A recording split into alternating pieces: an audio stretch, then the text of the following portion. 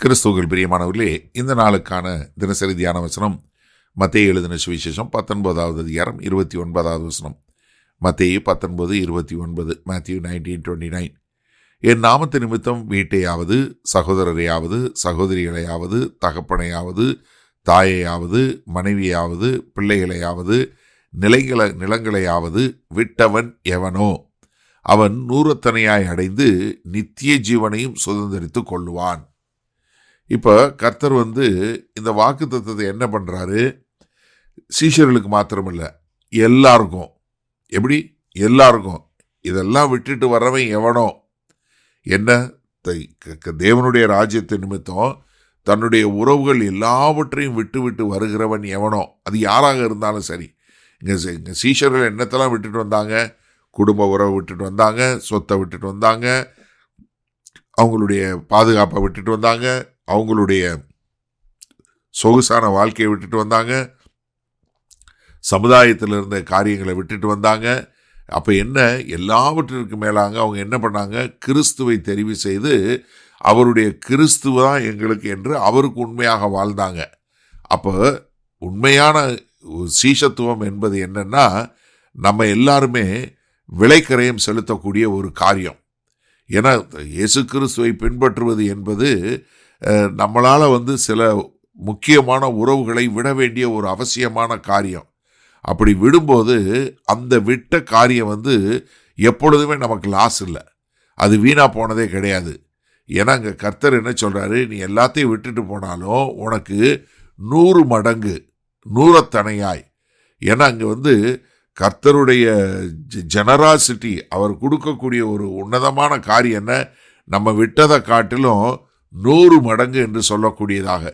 இப்போ நீங்கள் சகோதரனை, சகோதரிய, தாய் தகப்பனை, பிள்ளைகளை, வீடை எல்லாம் விட்டுட்டு வந்தீங்கனாலும் உங்களுக்கு ஆவிக்குரிய முறையில் ஒரு ஆவிக்குரிய குடும்பம் கிடைக்குது, ஆவிக்குரிய உறவுகள் கிடைக்குது. அதே மாதிரி தேவன்கிட்ட நமக்கு எல்லா காரியங்களும் கிடைக்குது. தேவனுடைய சந்தோஷம், சமாதானம், நோக்கம். அது மாத்திரமல்ல, நமக்கு என்ன பண்ணுறாரு? நமக்கு என்ன, ஒரு நித்திய ஜீவனை கொடுக்கக்கூடியதாக. ஏன்னா இங்கே மார்க்கு 10வது அதிகாரத்தில் 29-30 சொல்லும்போது, அதாவது அங்கே என்ன பண்ணுறாரு? துயரங்களையும் சேர்த்து சொல்கிறாரு. அப்போ என்னென்னா, நம்ம இதெல்லாம் இங்கே 100 கிடைப்பது மாத்திரமல்ல, உங்களுக்கு நித்திய ஜீவனையும் பெற்றுக்கொள்ளக்கூடியது. அல்டிமேட் ரிவார்டு என்ன? நித்திய ஜீவன். அப்போ என்ன, இங்கே நம்ம கர்த்தருக்கென்று விட்டு கொடுக்குறவங்க, கர்த்தருக்கென்று வாழக்கூடியவங்க, எதை விட்டு விசுவாசத்தில் அவரை பின்பற்றி வாழ்கிறவங்க எல்லாருக்கும் 100 கிடைப்பது மாத்திரமல்ல, அதே சமயத்தில் நமக்கு நித்திய ஜீவனையும் கொடுக்கக்கூடிய ஒரு காரியம். அப்போ கர்த்தருடைய வாக்குத்தத்தம் யாருக்கு? யாரெல்லாம் கர்த்தருக்கென்று இதை விட்டு விட்டு வர்றாங்களோ. சரி, இந்த நாளில் இந்த வசனத்தை கர்த்தர் எனக்கு சொல்கிறார்.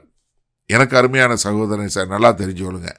நம்ம கர்த்தருக்குன்னு எதெல்லாம் விட்டு கொடுக்குறோமோ, அது நேரமாக இருக்கட்டும், நம்ம சொகுசாக இருக்கட்டும், நம்ம கிடைக்கிற வாய்ப்புகளாக இருக்கட்டும், இல்லை உறவுகளாக இருக்கட்டும், ஒரு நாளும் கர்த்தர் மறக்கிறதே இல்லை. அவர் எல்லாவற்றையும் காணக்கூடிய தேவனாய் இருக்கிறார்.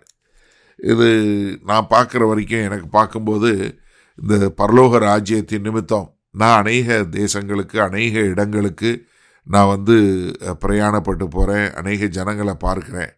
ஆனால் எனக்கு ஒரு பெரிய ஒரு காரியம் என்ன தெரியுமா? எவ்வளவோ பேர், அதாவது நம்ப முடியாத அளவிற்கு அவ்வளவு சகோதர சகோதரிகளை எனக்கு கர்த்தர் கொடுத்துருக்கிறார். நான் நம்ப நிறைய இடங்களில் ஒரு வருஷத்துக்கு ஒருக்க, இல்லை 2 வருஷத்துக்கு ஒருக்க, இல்லை 3 வருஷத்துக்கு ஒருக்க தான் மீட் பண்ணுவோம். ஆனால் பார்க்கும்போது எப்போவுமே பார்த்து கொண்டு இருக்கிறது போல் அவ்வளோ ஒரு அன்பு, அவ்வளோ ஒரு பாசம், அவ்வளவு அழகா, அவ்வளோ பெரிய குடும்பத்தை, உலகவளாவிய குடும்பத்தை எனக்கு கர்த்தர் கொடுத்துருக்க பார்க்கும்போது நான் நினைப்பேன், இந்த வசனத்தை வாசிக்கும் போதெல்லாம் இது பரலோகத்தில் மாத்திரம் இல்லை, இப்போவே கர்த்தர் எனக்கு 100 கொடுத்துருக்கிறாரு. அதனால் நான் கர்த்தருக்கென்று செய்யக்கூடிய எந்த ஒரு விலைக்கரையமோ ஒரு நாளும் வீணாக போனதில்லை. அநேக ஜனங்கள் ஜபிக்கக்கூடியவர்களாய், அநேக ஜனங்கள் என்ன உபவாசித்து ஜபிக்கக்கூடியதா, ரொம்ப உரிமையோட, அண்ணன் எப்படி இருக்கிறீங்க, அண்ணி எப்படி இருக்கிறாங்க, பிள்ளைங்க எப்படி இருக்கிறாங்க அப்படின்னு சொல்லி தன் குடும்பம் போல வச்சு ஜெபித்து ஒவ்வொரு நாளும் ஜெபிக்கக்கூடிய அநேக சகோதரிகளை, அநேக சகோதரர்களை, அநேக குடும்பங்களை கர்த்தர் எனக்கு கொடுத்துருக்கிறாரு.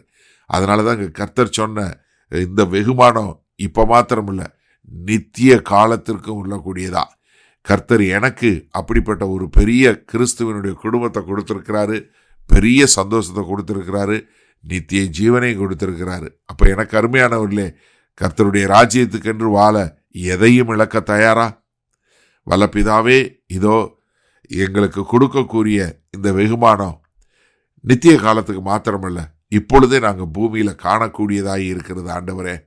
இதோ அதனால் இந்த செய்தியை கேட்டுக்கொண்டு இருக்கிற எனக்கு அருமையான சகோதர ஒவ்வொருவரும் ஆண்டவரே, உமக்கென்று எந்த விலைக்கரையத்தையும் செலுத்த தயார் என்று வரக்கூடிய மக்களாய் இருக்க எங்கள் தேவன் கிருபை பாராட்ட வேண்டுமாய் இயேசு கிறிஸ்துவின் மூலம் ஜெபிக்கிறோம் வல்ல பிதாவே, ஆமேன். கர்த்தர் உங்களை ஆசீர்வதிப்பாராக. நாம் இன்று மாலை மண்ணால சந்திப்போம்.